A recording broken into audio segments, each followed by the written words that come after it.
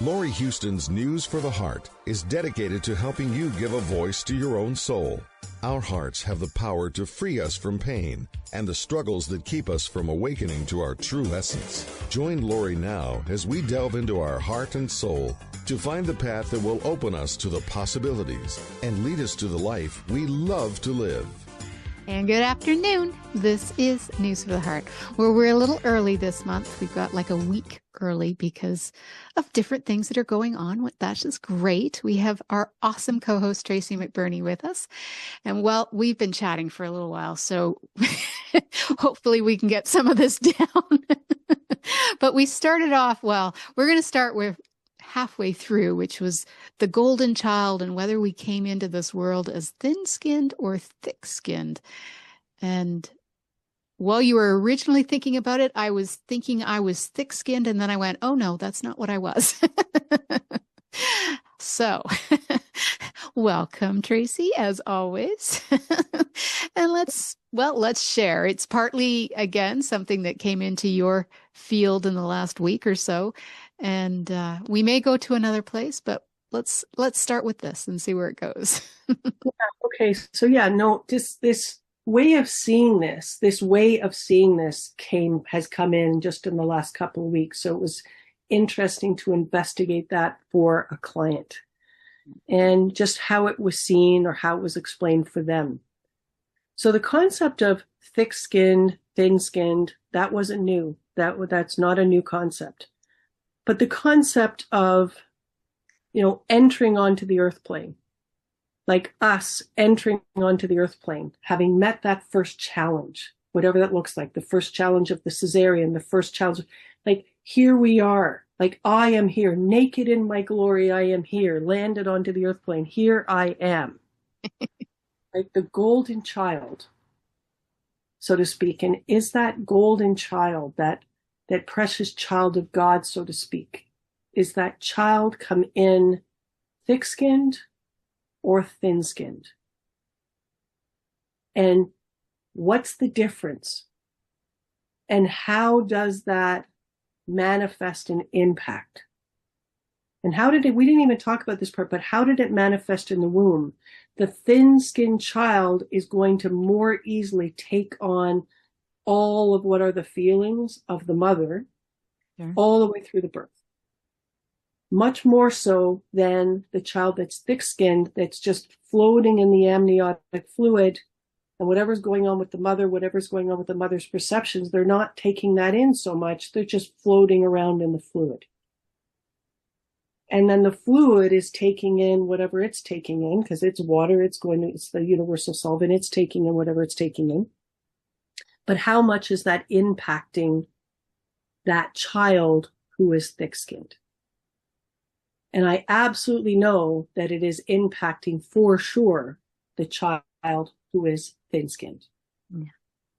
And the whole birth process is going to be impacting that thin-skinned child in a more energetic way than a child that's thicker-skinned. So with this particular client, we've got the whole concept of the golden child landing on the planet, taking in the feelings and the energy of whatever that is that's in the room, the nurses, the doctors, the mother, the father, whoever's in the room. That's the first world, taking in that world. And it didn't go so well for that client. There wasn't a whole wash of love just flushing in. There wasn't a whole wash of happiness just flushing in, just coming right in to be well received into this person. So she received in data, lots of data, whatever that was, people's worry, the not want, the wanting to be off shift, just receiving in whatever this is. And its impact on the self, how it changed that person's sense of self.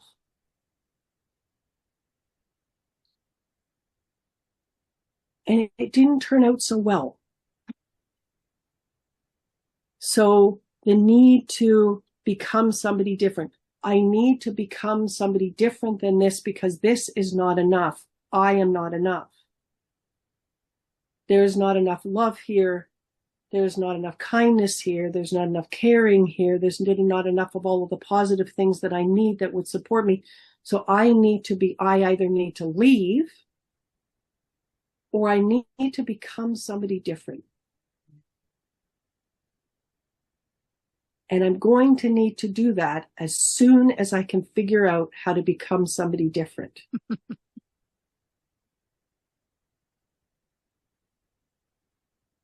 Right. And that has been this person's kind of life, is the becoming somebody different. And now I'm going to be this. And now I'm going to wear this costume. And I'm going to look like this. And I'm still looking and seeking to have delivered back to me that which I did not get on the day that I was born. And I still need it and I still want it. And it's interesting that we started talking a bit about chaos of heart before we ever started to talk about this. And I wonder if that is a chaos at heart. Mm. I wonder if there could be a heart chaos that generated right back there. Sure. For that person who's just not enough.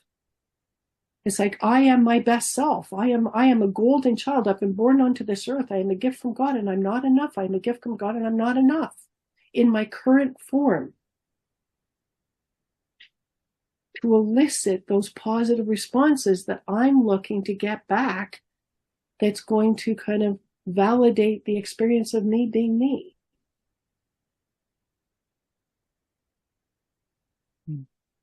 What also came in for this particular client was divine knowings. Right. That there were 3 divine knowings that were available to be delivered into her through that experience of being born, and that she still didn't know them. They had never been accessed. She's now 50-something years old. They'd never been accessed, and they were almost waiting there to be accessed, like helium balloons that could be tied to a chair. And they were waiting to be accessed, and they'd never been accessed. So floating there in the heavens, floating there in consciousness, floating there, really it would be very helpful for her to know these things, but they'd never been brought in. So this person being busy leaving the body, or busy trying to become somebody different, and another different over here and another different over here, just busy doing that, and no attention at all, no consciousness at all to the concept of, well, these are waiting for you. These are waiting. Other interesting piece, I'd never considered this before, that divine knowings, in this particular instance, the divine knowings needed to be delivered back to that time in her history. So that time in her history was part of her wholeness. It is part of her wholeness. And it's almost like there's an anchoring point for those balloons of consciousness to come in, and they're not to be brought in or delivered anywhere else but there. And I had to sit with that. Jesus, that's amazing.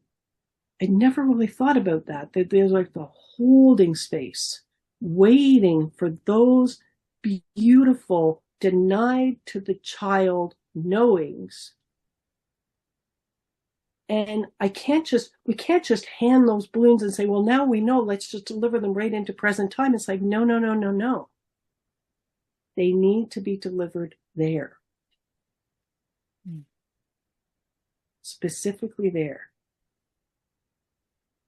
So there has to be a willingness to allow for them to be delivered there. There has to be a cleaning off of that space. Like, let's say that anchoring thing has got, dirt in it. And, it's like there has to be a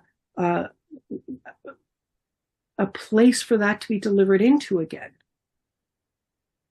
I didn't get a sense of this for her, but some other person where that was cemented over, calcified.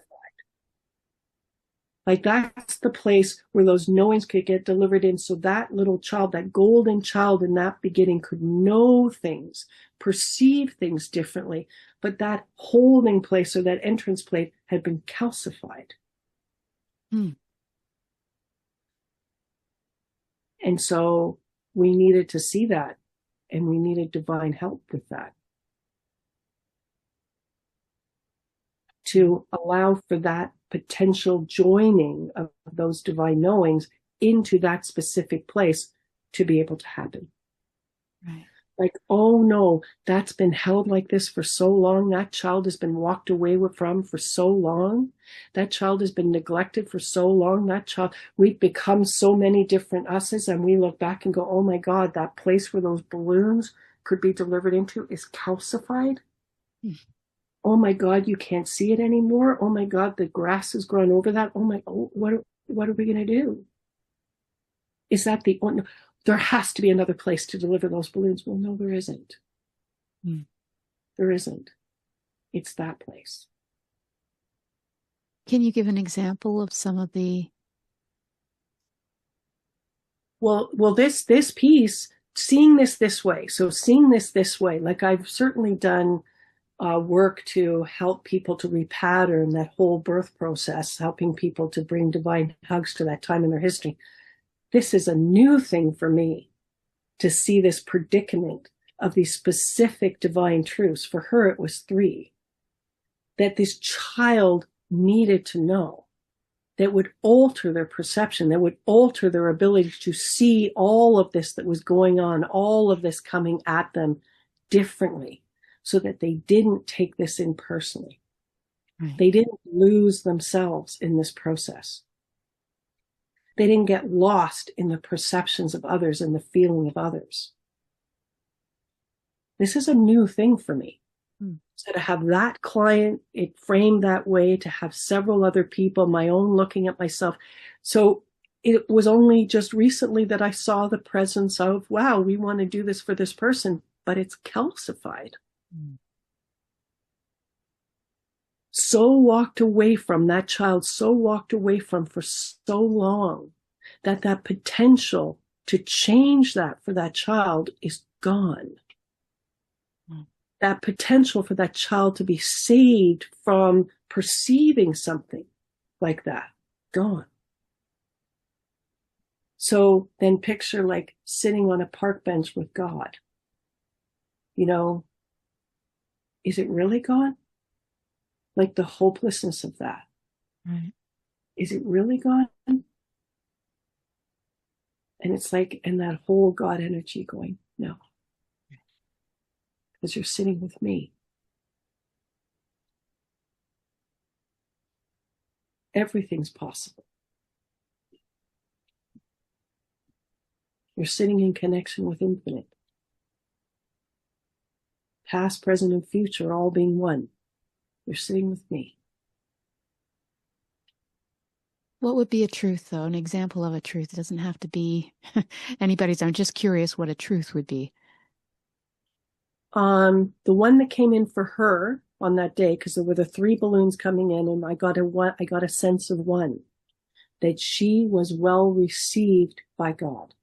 But she didn't get that balloon. The anchoring in of the, well, we did. Good. Excellent. She didn't have any calcification, so she did not have the problem. I saw the problem with another person.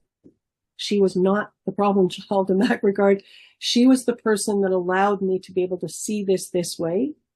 And then as I could see it that way, I could see problems that were resulting for other people who had left their child for so long, that things had grown over, calcification had happened, potentially maybe even for that person, calcification of arteries and hardening of certain things that were real, actual physical conditions that we would then be able to address later. But right now we were seeing the calcification at that child level. So that was the one I could see. The other 2 balloons coming in for her, although she could feel the energy of those divine knowings coming into the embodied. That was the one that I got a sense of. Right. I am well received. I am well received by God, or I'm well received by that source. that lives within me. So I am well received by that place. I don't have to be afraid of it. I don't have to walk the journey of saying, no, no, no, I can't access that. I am well received by that place. So I'm not challenged in going to sit with it. I don't have an issue sitting on the park bench with God, so to speak. Just being with that place within myself.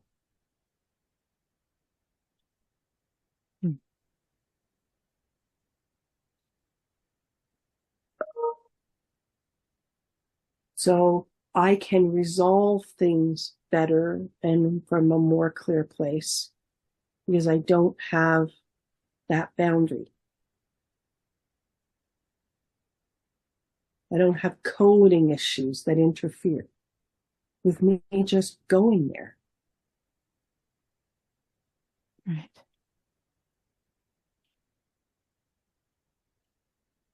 So it was interesting for her when we were looking at this after these divine knowings came in. It was almost like there was a vase. It was weird. And so instead of balloons, it was almost like there was this vase, this holding vase, this container, that it's like, yeah, these divine truths are coming into this container, this almost like crystal container. Oh. It's been waiting for her to receive those in. But it was an interesting thing to recognize it changes how you perceive everything. It changes how you can do everything. Like, just imagine that for a second. If you really know inside of yourself, I am received well, I am received well by this God, by this source within me, then how much easier it is just to be with me, be with that place within me, to sort things, to plan things, to take a next step, to feel safer, more secure, more held, better governed, maybe less doubtful.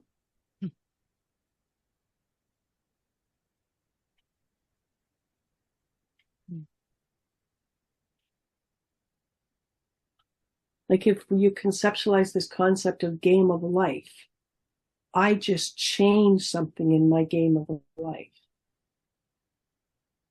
I can now walk down this path over here that I would have never thought of, even when the dice rolled, even walking down there. But I am better governed, better guided, more capable. Right. We'll talk about the thick-skinned person. You have such a great example in your life. That's like, so, well, this is my perception. So my perception is this, that my older brother he came onto the earth plane, golden child landed, and he just landed in a more thick-skinned way. So not taking on so much of what was going on around him personally, being able to clearly just kind of be able to say, well, that's going on all around me, but I am me. And being able to kind of look back at the experience that he just went through, the good, the bad, the ugly of that, and go, wow, I went through that. I got through that. And really just being able to internalize, I succeeded at that. I'm here. I'm here. Like, Jesus, I'm here. I got here. But I got here and I'm here. And I'm not taking in so much of all of this. I'm certainly not changing my opinion of me because of any of this. More solidly anchored just within himself.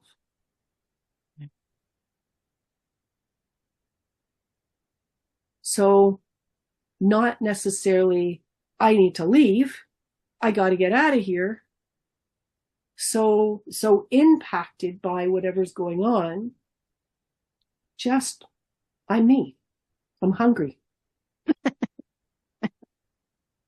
Yeah. I'm me. And what's going on here? I'm me. And who's taking care of things with me? Oh, that's my mother. Okay, she's taking care of things. Okay, yeah, okay. This is how my needs are getting met. Just really much more matter-of-factly, no reactivity, no internalized idea of I have to become somebody different, like I have to get away from me as soon as possible, become something different, figure out how to become something different. So now there's like a path of becoming something. No, he didn't have that. He didn't have that need to become someone different. So he's literally, he didn't have a created mission. He was on his mission. He was on his mission. Whereas somebody like me, thin-skinned, was creating a mission to become somebody different as soon as I possibly could.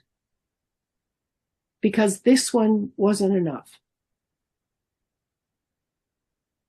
So did that have to wait for all 7 chakras to be formed? By about the age of 7? Is that how long it takes? And my brother has been more solidly, more stably just expanding the version of himself all the way through his life. So he saw kind of a vision of where he wanted to go and what he wanted to do. So he saw money and he saw banking. He saw all of this a very long time ago, like about the age of 6. Oh. Well, like even then when he would say, this is where I'm going, this is where I'm going to do this. And I'm like, how do you see that? And he probably actually said something like that to me because he was a year and 17 months older than me. So he probably said something like that to me when I still hadn't reached 7 chakras being formed by the age of 7. So I haven't even reached the time where I'm going to just figure out how to become somebody different so that I can go somewhere. It's just 2 different people. Can we talk about that 7-year thing? Because I've never actually heard the 7 years, 7 chakra thing. This is the first time I've ever heard that. Listen, it's what I've heard and what I've been told several times in places where I've done chakra classes. Interesting. Where what I've said is that what I've been told is that I'm not a guru on this, but what I've been told from some people that are quite learned on all of this have said that by the age of 7, people's chakras are pretty fully formed. That doesn't mean that they don't have a bunch of extraneous information in the libraries of the chakras that really needs to get cleared out, but they're fully formed by that time. They've appeared, they've shown up. So, there's my brother, not needing to become anybody other than a bigger version of himself, landing into life. Right. Deciding and seeing a vision of that by about the age of 6. Jesus, I haven't even gotten to a place where I can know that I could become a different me, let alone see a vision of that. And so I just think, I just had that thought that, thicker skinned people, they still have their challenges. They absolutely still have their challenges, but they don't have to become 6 versions of themselves. 8 versions of themselves. Maybe my brother has had less of a potential to be a people-pleasing person. I was in the second position. I was the peacekeeping child. Mm-hmm. So thin-skinned, peacekeeping child, second position in the family. I was destined to be a people-pleaser person. But what the elevation for that is peacemaker. So when the peacekeeper really recognizes that keeping the peace just is not working for them, it's not working for anybody, then maybe they need to upgrade to the concept of peacemaker, where they actually get a voice, where they're actually heard, where they actually can create certain conflicts and feel like that's okay, like that this needs to happen for the greater peace for all of us. That's a different story. But so it was interesting to look at that. And my brother has had one job. Right. Actually, that's what in his professional career. You know what? That's not actually true, because part of his professional career, I think, was learning how to lead, and so he did that at Kilku Camp. So he had a first career as LIT counselor, going through the motions of that, just learning some leadership skills and some what Kilku Camp would have called the maker of men. So in his process of becoming the banker, of course, it would be a good decision to go somewhere like Kilku Camp as a small child and to do well at that, to be part of the maker of men, to be that better man. And I think Kilku Camp did a very, very good job of that. And I was pissed that I couldn't go to that camp. They only took boys? Yeah, they did. I mean, wow. I could have gone to that camp to cook in the kitchen. Oh, geez. Or to be an arts and crafts counselor at some point, but I wanted to go to that camp. Mm-hmm. And because it just was like they were doing something different at that camp. They were treating kids differently. They were doing different things. And I thought, now maybe this is delusion. Maybe it's delusion that I would have been happy at that camp. That I would have been happy with that camp. I would have been happy at that camp. I wouldn't have been homesick. I'm like, maybe that's all delusional, but I was convinced that if I could have gone to that camp, that with how they did things, that I wouldn't have been so afraid, that I wouldn't have been so unsettled, that I wouldn't have been so homesick, that I would have been able to sit at Chapel Rock and sing songs, like whatever it is, whatever it was, I was just convinced that if I could have been there, that everything in the camp world would have been different. And yeah, so again, I backtrack. I guess my brother had maybe then 2 careers, but I felt like the first one, which was all about Kilku Camp and all about becoming that better man, was really part of the journey of the foundational career that he's in. Right. And yeah, and being able to just grow the tree of life through that one solid place, growing from that place. And, you know, it wasn't without challenges. There were great challenges, you know, things that the banking industry asked of him that he didn't really want to answer to, and he needed to step up to do that. And he did. But yeah, just seemed a more stable, you know, not so here, you know, just not so seeking, not, you know, just more stable kind of game of life. Right. And I wouldn't necessarily call, you know, coming onto the earth plane as a thin-skinned child as being a solidly stable, you know where you're going, you know where you're at, you know, you see all the next steps. It hasn't necessarily been that journey. Yeah. Me too. Although I do believe that my choice at birth was to actually exit for a little while. I'd have a very clear memory of coming back at the age of 2, coming into my body and looking around, seeing the puppies and my mom cleaning the bottles for the puppies.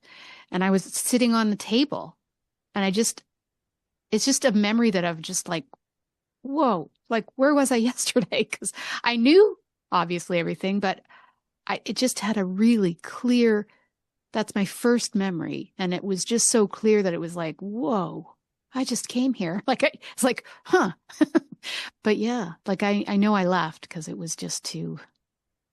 So that's fascinating that you would say that, because I remember sitting on a wall up the street from our house, and it was the neighbor's wall, high enough that you could sit on it and comfortable enough that you could sit on it. And I remember sitting on that wall, And I was so grateful that day. It was my birthday. So grateful. And I was 7. And so grateful that I had gotten the diary that I wanted to get. It was a 5-year diary. It was pink leather with a lock, so I could lock it so my brother could never look at it. And I wanted to write all of this stuff about David Cassidy and how in love with David Cassidy I was. And I was in that diary, and I have that diary. And it's amazing to look at that with that intention. I'm going to write, and I'm going to write, I'm going to write, I'm going to all. And I was so happy to have that diary. And I'm literally talking to myself, and I'm saying to myself, remember that you're here. Remember that you got what you wanted. Remember the feeling. Remember this today. And it was like some part of me knew that I was not here that often. And I'd come back here on that day to get that diary if in fact it got bought for me. And I'd come back here on that day to be able to write in that diary and all of this stuff about David Cassidy, how in love I was with him and blah, blah, blah. And it was like, so I was landing back on the planet to receive that diary if it got bought, to have that love relationship with David Cassidy in that diary, to really see if that could get self-realized in time and space. I was coming back for that. But I was clearly somewhere else. Right. It was very obvious. So get the interestingness with this. So my husband, he grew up for many years in California. He went to Beverly Hills High. He knows the Cassidy family. Oh, cool. He knows Shirley Jones. He sat at Shirley Jones' kitchen table. Wow. He knows David Cassidy, but David Cassidy was of a different age. And even then he was having some kind of mental problems. And so he was not a contemporary of him. He was a friend of one of the younger Cassidy boys. Sean. Tell me it was Sean. And a contemporary, like knew of him, had relationships in the school with him, but I wouldn't necessarily call a friend, but, right. Or maybe they would, but what acquaintances, more than acquaintance, whatever that was. And I just thought, that's crazy. My husband was in Tiger Beat magazine. No. Yes, crazy, eh? Not my favorite magazine as a kid. Appears in one episode, maybe in one that Leif Garrett was in, whatever. But it was just like, this is crazy. That is crazy. And it's also like, be thankful for unanswered prayers. So it's almost like 6 degrees of separation. You want this, but that's not going to really be the traveling journey for your soul. Like, you might be quite enamored by this, but that's not quite the place for you. So the God energy, the divine knowingness, just kind of going, but we'll kind of land you a little bit there, but in a better place for you. And I just thought, that's crazy. Crazy. But why I bring that up to you today is to say, yeah, you know what? In my thin skinness, yeah, I think I spent a nice amount of time not being here in the early beginning. Yeah. Because it wasn't necessarily giving me what it was that I was looking for. We talked about it before we got into, just onto the site today. But this idea of my father not being there on the day that I was born.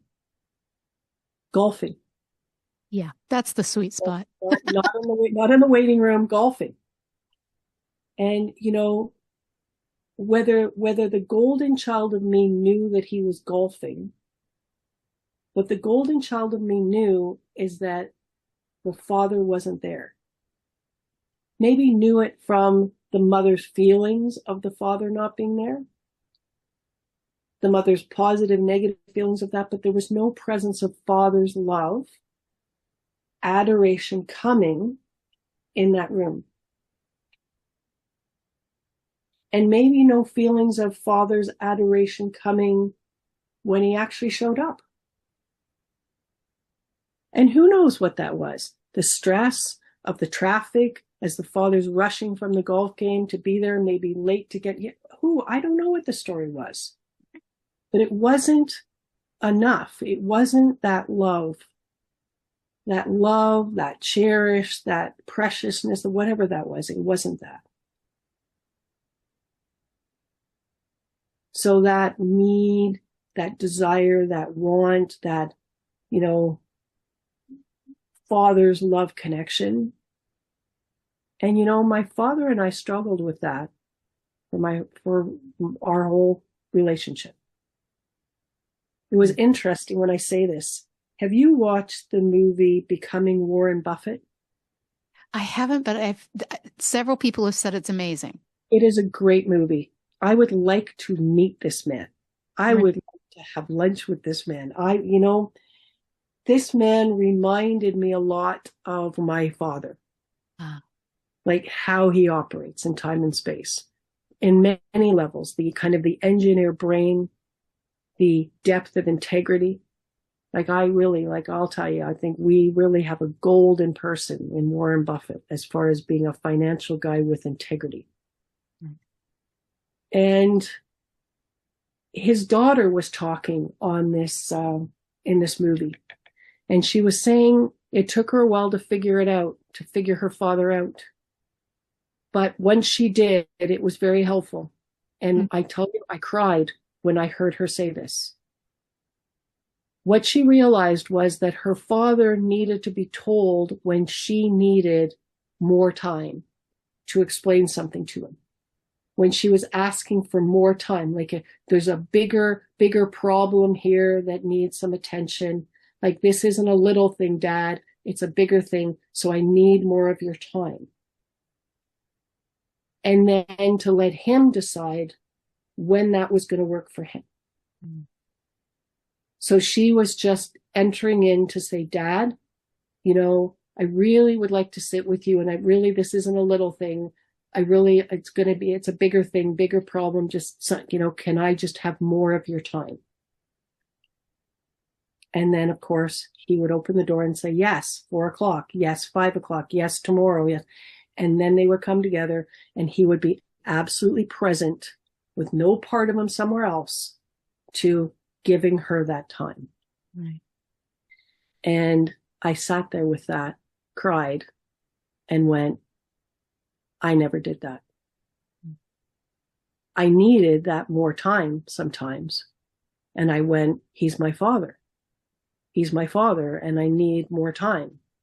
And so I just went to talk to him about whatever that problem was. And the eyes were rolling, or the frustration happened, or the upset happened, or the anger happened. And it's like, I didn't warn him. I didn't do what she figured out. I just went, he's my father, I need him, and I need him now, and this is my problem. Or I need his attention to some matter that's going to take more time. I never figured that out. So it was interesting, I could almost cry here, I haven't quite sorted this yet. Can you feel it? Mm-hmm. So he would have taken that in as stressful. Your father. Yeah. Stressful. You're coming at me with something like, I'm already here. I've got all these things I've got to do today. You're coming at me with this. It's clear to me in 2.5 seconds, this isn't a little problem. You're landing this with me when I've got this opening in the door. And then what I get is the stress. And what I get is the reactions for the disrespect or the whatever that was coming down. And it was never my intention to disrespect. It was just my intention to say, hey, I've got this problem and I need help now. The Veruca moment, I need help now. And maybe there are other fathers that are just like, okay, my child needs help now. That's it. Everything else over here, my child needs help now. That wasn't my father. what I came to understand later is that my father, I think, had a real like internal anxiety that he held at bay and kept quiet. Was very good at doing that. If he kept routine in certain areas, then he could really keep that anxious feeling in a place where people didn't really pick that up. Yeah, so it was interesting. But again, I'm the golden child who's walked away to become something different, and I don't get any of that stuff. I just want what I want. I want my father to love me. I want the love that I didn't get on that day. I want the attention that I didn't get on that day, and I'm working to become a different me so that I'll get that. So when I don't get that attention for that problem that I have, then again, I failed and I need to become something different.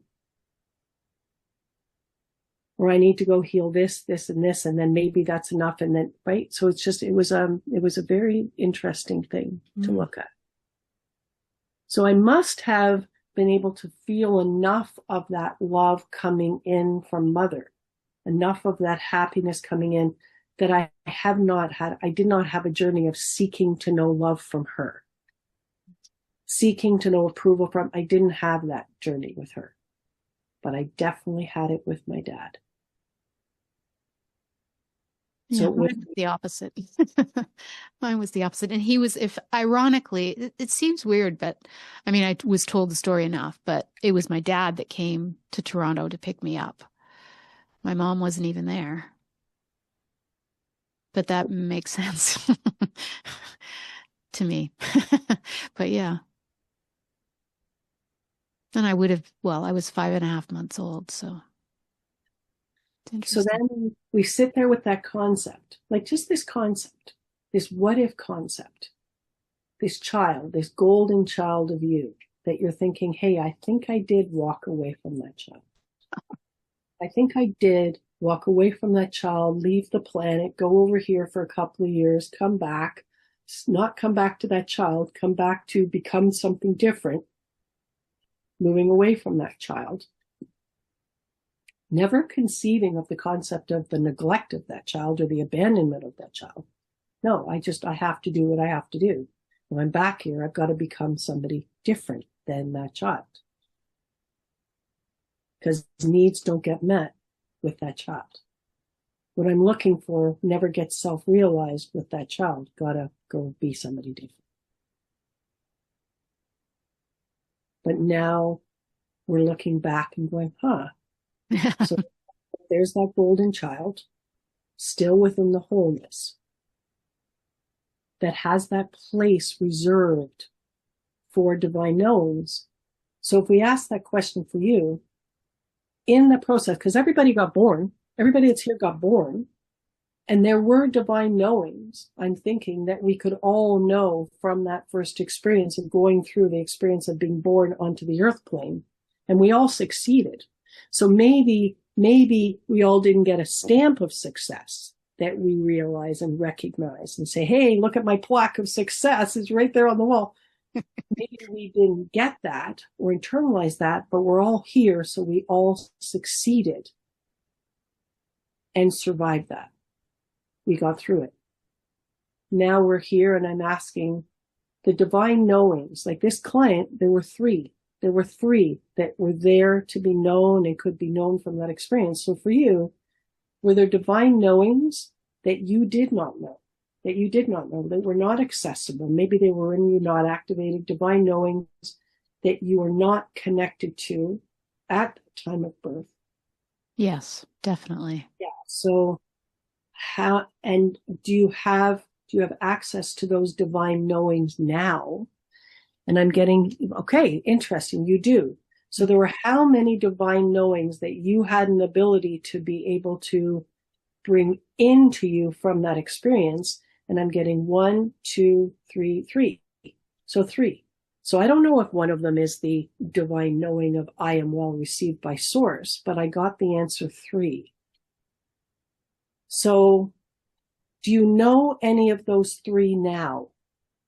Yes, you do. So how many of those 3 that could have come in at that birth time do you now know and make accessible to you? One. Oh, So there's one that you've come to know. And the one that you've come to know, was it deposited back to her? So you came to know it through one of the experiences that you've had. yeah. I love Jimmy Mack when he says, hey, all of the experiences that we've had, there's divine knowings that can come in through all of those experiences. And so you've achieved that. You've brought in one through one of those experiences. But my question is, if that's a vase back there, did it get back there? No. No. Do you want it back there? Yes. I want all 3. Thank you. So do you have any, is there a problem? Is there an accessibility problem back there? And the answer is yes, there's an accessibility problem back there. Okay. So calcification, grass grown over, blah, blah, blah, blah, blah. It's been so long since you walked with. There's an accessibility problem back there. So it's like you got this knowing, but it can't get there. So is that the reason? Is that the reason why it didn't translate back there? Yeah. Is there any other? No. Okay. So that's the reason. So so that would be interference with that receiving site. That almost like the vase, the open door, the receiving site. So interference with that, obstacle to that, invisible obstacle to that, getting invisible obstacle to that, interference to that. So is that enough? Can we just get that divinely helped now? Because you want you to know that all the way back there. You're not abandoning that you anymore. That you was sensitive, that you didn't understand some things well enough, that you took on stuff, took it too personally, took it to light, and it inspired a desire to leave and a desire to change you into something more than this. And that you back there,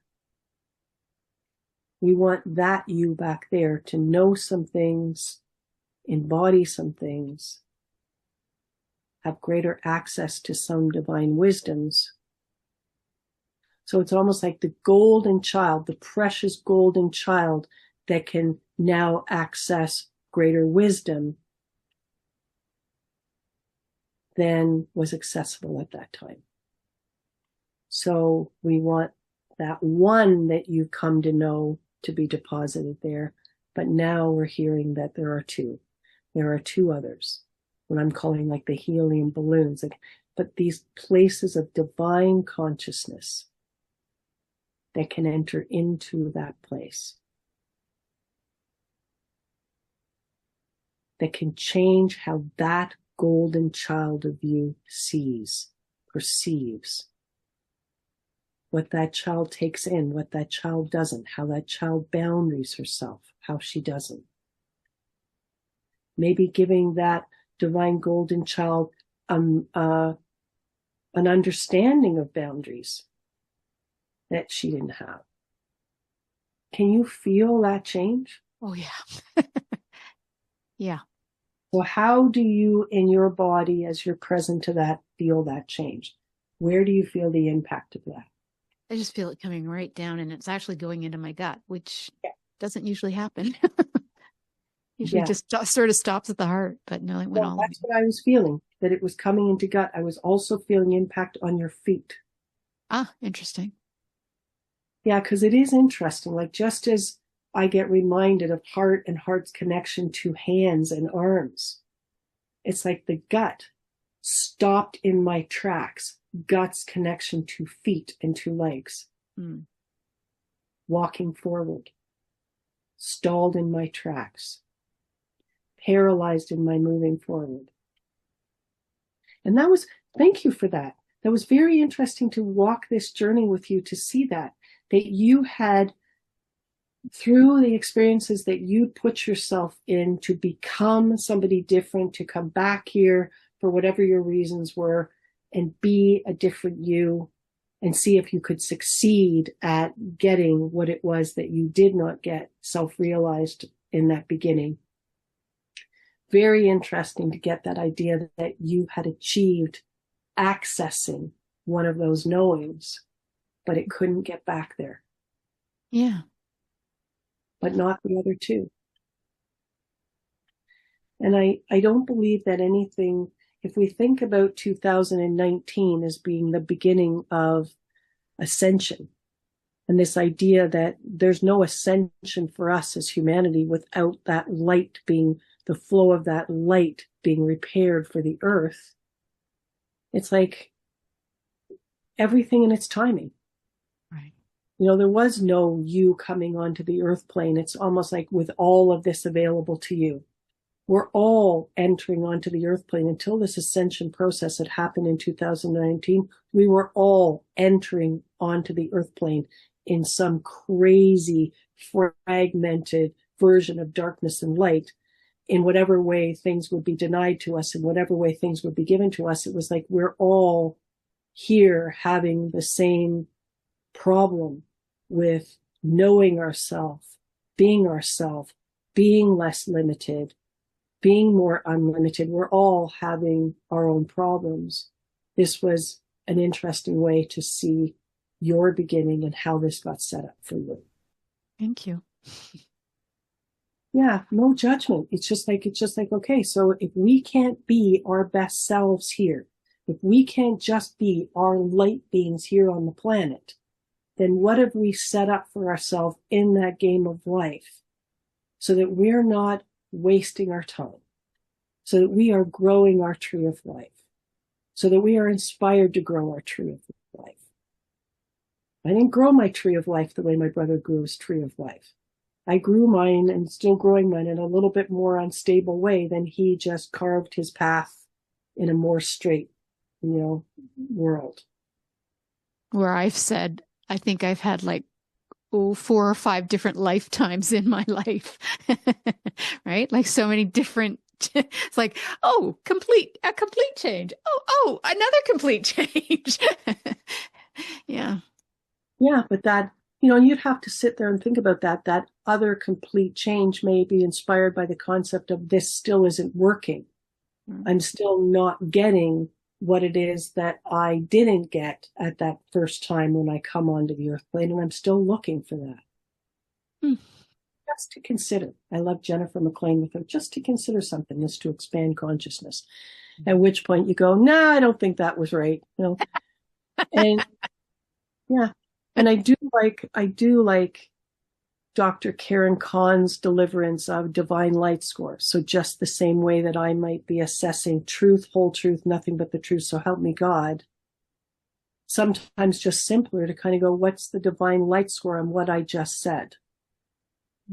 What I just came to believe? What's the divine light score? Because ideally what you'd want is it to be 100%. The divine light score on what I just said and what I just came to understand is 100% accurate. Okay, then. Excellent. Last week, I wrote out this incredible, like really, really, really beautifully delivered, explained text to a client with regard to this lymph issue that I was seeing. And the idea of it was being mirrored, the adrenal lymph issue being mirrored in the brain, and then explaining to her that the lymphatic system is a different system than the lymph system. Just doing this beautiful explanation. And when I checked on the divine light score of what I had just written, it was about 55%. I'm like, are you kidding? I can't send this to her. Because I'm like, oh my God. And I had to go paragraph through paragraph through paragraph to figure out like what's going on. And, so it was beautifully done, but the divine light score on it was crappy. This was going to take her off in some direction over here. It was not delicious. It was not where it needed to be. So I wiped it all out. Wow. It was 45 minutes of writing something that I thought was really just good.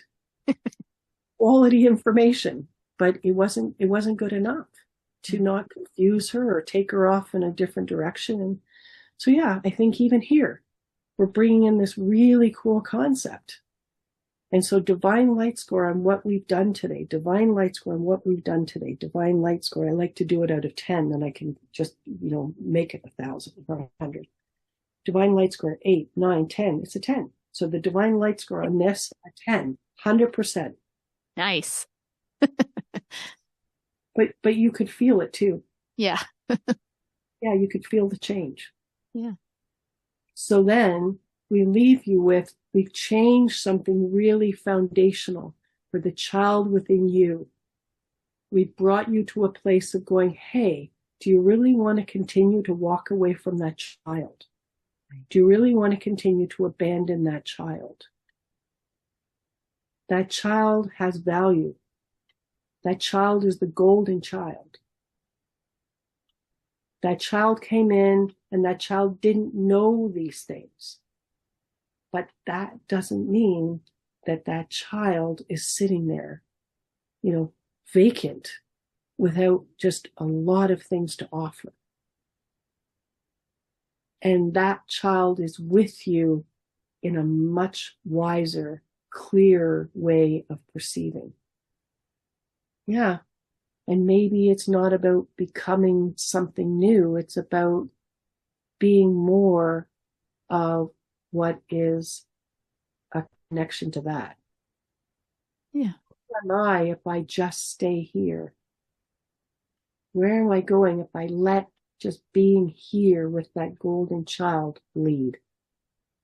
If I just liberate that golden child, that liberation word. Yeah, then what happens? So it's interesting. Mm-hmm. So drink some water, even as I'm walking. No, but I'm getting a little bit of a headache, and I think it's just because we're changing some stuff, and I need to drink water. Yes. Well, this has been a great show. We weren't sure what we were going to talk about, and all of a sudden, it's perfect. You drink some water too. I will. I definitely will. All right. Well, thank you, Tracy. You've been listening to News for the Heart. We've been getting the heart of what matters with Tracy McBurney. I don't know. The divine golden child. Love it. All right. I walked away from. Sorry? That got walked away from. Yeah, the one I walked away from. Yeah. All right. We'll be back next month. Thank you, Tracy.